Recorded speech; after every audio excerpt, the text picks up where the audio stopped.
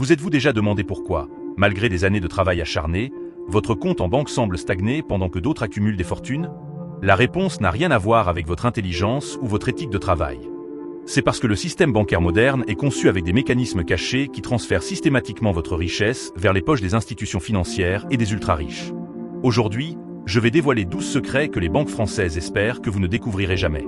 Je m'appelle Elon, votre compagnon de confiance pour vous accompagner vers la liberté financière et vous aider à comprendre les mécanismes financiers que le système préfère garder dans l'ombre. Commençons par une vérité dérangeante. Votre compte d'épargne, celui que vous considérez comme sûr et prudent, est en réalité une machine à perdre de l'argent. Oui, vous avez bien entendu. Chaque euro que vous déposez sur votre livret d'épargne perd de sa valeur année après année. Comment est-ce possible? Même avec le livret A qui offre un taux d'intérêt d'environ 1,5%, l'inflation moyenne des dernières années reste autour de 2% par an. Faisons le calcul ensemble. Si vous avez 10 000 euros sur votre compte d'épargne, vous perdez effectivement 50 euros de valeur réelle la première année. Mais attendez, ça devient pire. Sur une période de 20 ans, ces 10 000 euros ne valent plus que 9 000 euros en termes de pouvoir d'achat réel. Vous venez de perdre 10% de votre argent simplement en étant prudent. Et pendant que vous gagnez à peine de quoi compenser l'inflation, où va votre argent? Directement dans les coffres de votre banque, qui prête votre argent à d'autres personnes à des taux beaucoup plus élevés. Cela nous amène au deuxième secret qui va vous choquer. Vous pensez que votre banque garde votre argent dans un coffre-fort bien sécurisé? Détrompez-vous. Grâce à un mécanisme appelé réserve fractionnaire, les banques ne conservent qu'une fraction minuscule de vos dépôts. En Europe, la Banque Centrale Européenne exige seulement 1% de réserve obligatoire. 1%. Que font-elles avec les 99% restants? Elles les prêtent. Mais voici où ça devient vraiment intéressant. Quand vous déposez 1000 euros, la banque garde seulement 10 euros et prête 990 euros à quelqu'un d'autre. Cette personne dépense ces 990 euros qui finissent dans une autre banque. Cette deuxième banque garde 10 euros et prête 980 euros. Et le cycle continue. À la fin de ce processus, vos 1000 euros initiaux ont créé près de 100 000 euros de prêts dans le système bancaire. La banque gagne des intérêts sur tous ces prêts, tandis que vous, le déposant original, ne recevez qu'1,5% sur vos 1000 euros. C'est de la création monétaire pure, et les banques en sont les principales bénéficiaires. Parlons maintenant du piège mortel de la dette de consommation. Les cartes de crédit sont présentées comme des outils pratiques de paiement, mais en réalité, ce sont des instruments de transfert de richesse extrêmement efficaces. Avec des taux d'intérêt dépassant 20%, chaque achat que vous ne remboursez pas immédiatement devient une source de profit pour votre banque. Prenons un exemple concret. Vous achetez une télévision à 2000 euros avec votre carte de crédit. Vous ne payez que le minimum mensuel. 5 ans plus tard, vous avez remboursé 3200 euros. Vous avez payé 1200 euros rien qu'en intérêt pour un appareil qui ne vaut probablement plus que 200 euros sur le marché d'occasion. Votre banque a gagné plus d'argent sur cette transaction que le fabricant de la télévision lui-même.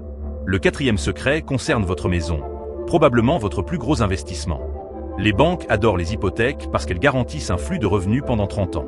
Imaginez que vous empruntez 300 000 euros pour acheter votre maison avec un taux d'intérêt de 4% sur 30 ans. Vous allez rembourser environ 515 000 euros au total.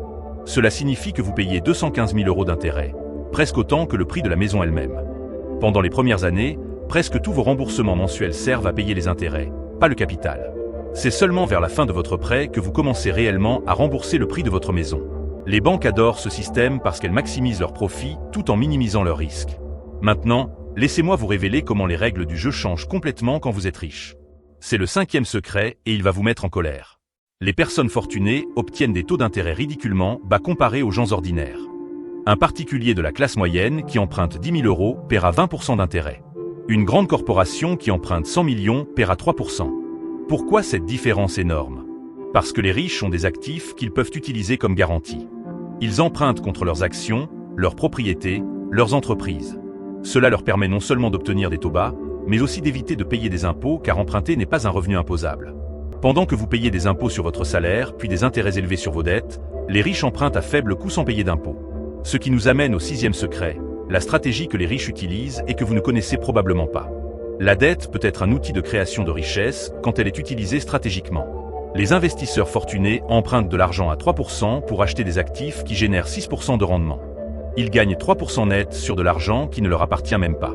C'est ce qu'on appelle l'effet de levier, et c'est ainsi que les riches deviennent encore plus riches. Pendant que les gens ordinaires utilisent la dette pour acheter des télévisions et des voitures qui perdent de la valeur, les riches utilisent la dette pour acheter des immeubles, des entreprises et des investissements qui s'apprécient avec le temps. Le septième secret concerne l'évasion fiscale légale. Vous avez probablement entendu parler des paradis fiscaux comme les îles Caïmans, le Luxembourg, les Bermudes ou les îles Vierges britanniques. Ces endroits ne sont pas des légendes, ils sont bien réels et parfaitement légaux pour ceux qui savent comment les utiliser. Pendant que vous, travailleurs ordinaires, payez 30% d'impôts sur votre salaire, les ultra-riches paient entre 0 et 10% en faisant transiter intelligemment leur argent à travers ces juridictions. Ils créent des structures complexes avec des sociétés offshore, des trusts et des fondations. C'est complètement légal, mais c'est un privilège réservé à ceux qui ont les moyens de payer des avocats fiscalistes experts. Le 8e secret est insidieux car il touche tout le monde, mais particulièrement les personnes aux revenus modestes. Les frais bancaires cachés. 35 € pour un découvert, 10 € par mois de frais de tenue de compte chez les banques traditionnelles comme BNP Paribas ou Crédit Mutuel, 3 € pour retirer de l'argent à un distributeur qui n'est pas celui de votre banque, 15 € pour un virement.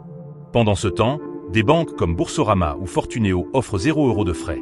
Ces petits frais semblent insignifiants individuellement, mais ils génèrent des milliards d'euros de profit pour les banques chaque année. Et devinez qui paie proportionnellement le plus? Les personnes qui ont le moins d'argent, celles qui ne peuvent pas maintenir un solde minimum pour éviter les frais. Voici le 9e secret qui va vous ouvrir les yeux. Vous avez remarqué que votre boîte mail déborde d'offres de crédit? Carte de crédit avec 0% d'intérêt pendant 6 mois, prêt personnel préapprouvé, augmentation automatique de votre limite de crédit. Mais quand avez-vous reçu pour la dernière fois une offre alléchante pour un compte d'épargne rémunéré? Jamais. Les banques font tout pour vous encourager à emprunter, et très peu pour vous encourager à épargner. Pourquoi? Parce qu'elles gagnent de l'argent quand vous empruntez, pas quand vous épargnez. Chaque publicité, chaque promotion, chaque communication est conçue pour vous pousser vers la dette. Le 10e secret est peut-être le plus scandaleux. En 2008, les grandes banques ont pris des paris risqués avec l'argent de leurs clients sur des hypothèques douteuses. Quand ces paris ont échoué, l'économie mondiale s'est effondrée. Des millions de personnes ont perdu leur emploi, leur maison, leurs économies. Et qu'est-il arrivé aux banques? En France, BNP Paribas a reçu 25 milliards d'euros, Société Générale 17 milliards, et le Crédit Agricole 3 milliards. Le gouvernement les a sauvés avec votre argent. C'est le principe des profits privatisés et des pertes socialisées. Quand les banques gagnent, elles gardent les profits. Quand elles perdent, c'est vous qui payez la facture. Le 11e secret révèle une vérité cruelle. Être pauvre coûte cher. C'est ce qu'on appelle la taxe de la pauvreté. Une personne avec un mauvais score de crédit paiera 25% d'intérêt sur un prêt de 1 000 €, soit 250 € par an. Une personne riche avec un excellent score de crédit paiera 3% pour le même prêt, soit 30 € par an. La différence est énorme.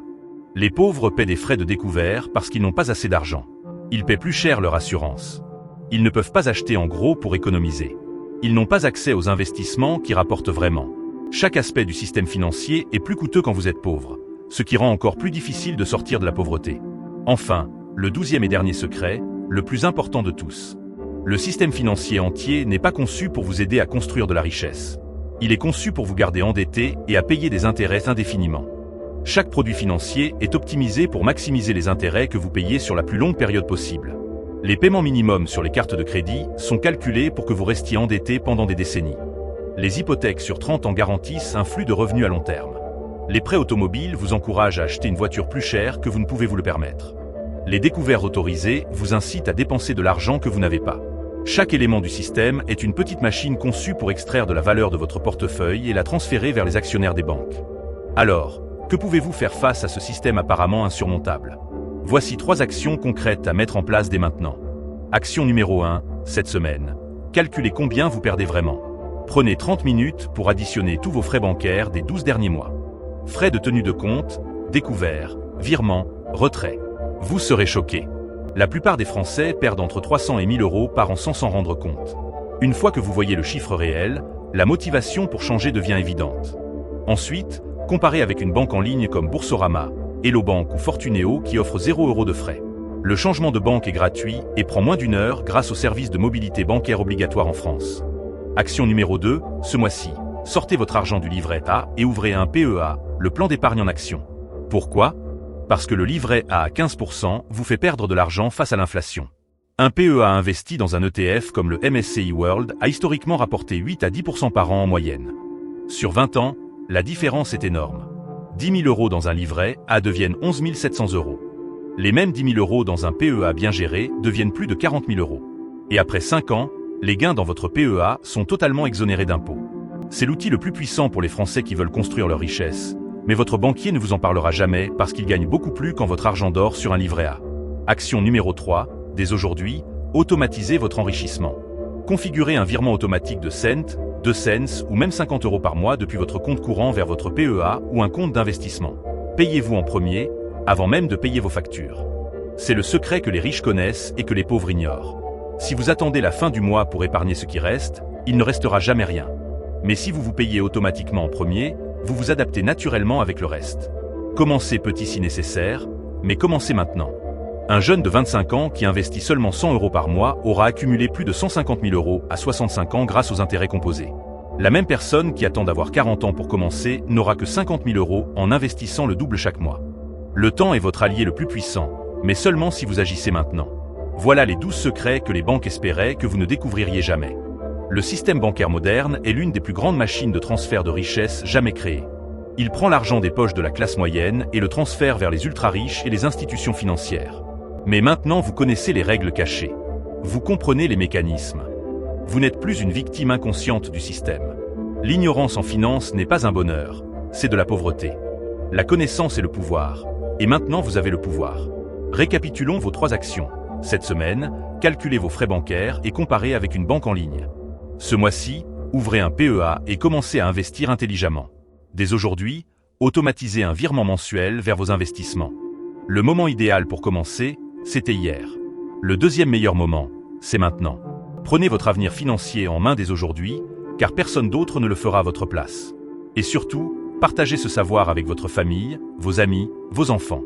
Brisons ensemble le cycle de l'ignorance financière qui maintient des générations entières dans une lutte perpétuelle. Votre liberté financière commence maintenant.